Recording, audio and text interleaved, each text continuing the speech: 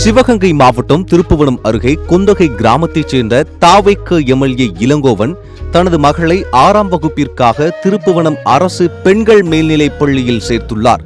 இதற்கு முன் ஊராட்சி ஒன்றிய தொடக்கப்பள்ளியில் 5ஆம் வகுப்பு வரை பயின்ற மகளை மேல்நிலை வகுப்பிற்காக வேறு பள்ளியில் சேர்க்க வேண்டிய நிலையில் எம்எல்ஏவாக தேர்ந்தெடுக்கப்பட்ட பிறகும் தனியார் பள்ளியை தேர்வு செய்யாமல் அரசு பள்ளியிலேயே தனது மகளின் கல்வியை தொடர செய்த இளங்கோவனின் முடிவு பொதுமக்கள் மத்தியில் கவனம் பெற்றுள்ளது. அவங்களுடைய வெற்றிக்கு பின்னால் இருப்பது நீங்க தான். அன்னைக்கு முதல் முறையாக ரொம்ப பெருமையா சொன்னீங்க. எந்த ஸ்கூல்ல முடிவு பண்றீங்களா?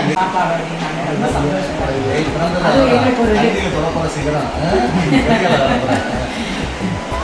உங்களுடைய எல்லா லட்சியங்களும் நிறைவேற நீங்கள் பள்ளி எல்லாத்தையும்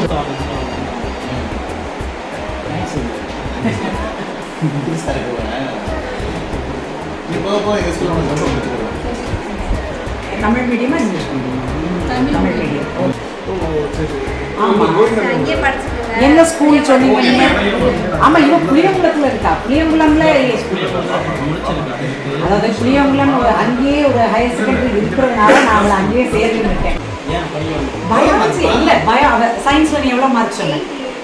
80 மார்க் வாங்கிட்டு பயோமேத்ஸ் எடுத்தா உனக்கு நல்லதுன்னு தான் நான் அவளை திருப்பி அனுப்பி விட்டேன். பயாலஜி பயோமேத்ஸ் படி அப்படின்னு.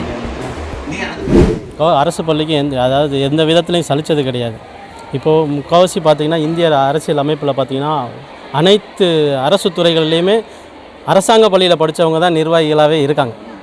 ப்ரைவேட்டில் படித்தவங்களாம் பார்த்திங்கன்னா வெளிநாடு அந்த மாதிரி போயிடுறாங்க. திறமைகள் எல்லா குழந்தைங்களுக்கும் இருக்குது. பட் ஆனால் அரசாங்கத்தில் படித்தவங்க மட்டும்தான் இந்திய அரசியல் அமைப்பை தெரிஞ்சு அதுக்கான கட்டமைப்பை உருவாக்கி கொடுக்குறது. இது வரைக்கும் உருவாக்கி கொடுத்தது எல்லாமே அரசு பள்ளியில் படித்தவங்க தான். அதுக்கு மாற்று கருத்தே கிடையாது. அதனால தான் என்னுடைய குழந்தைய அரசாங்க பள்ளியிலே படிக்க வைக்கணும் அப்படின்ற ஒரு விருப்பமும் என் குழந்தையோட விருப்பமும். அதனால் இங்கே நான் பொதுவாக இப்போ சிவகங்கை மாவட்டத்தை பொறுத்தளவுக்கு திருப்புவனம் அரசு பெண்கள் மேல்நிலைப் பள்ளியில் முதலிடம் பெற்ற மாணவி இங்கே தான் இருந்து வெளியில் வந்திருக்காங்க. அது மாதிரி என்னுடைய மகளும் வரணும்னு ஆசைப்பட்டு தான் நான் இங்கே சேர்த்துருக்கேன். நன்றி, வணக்கம்.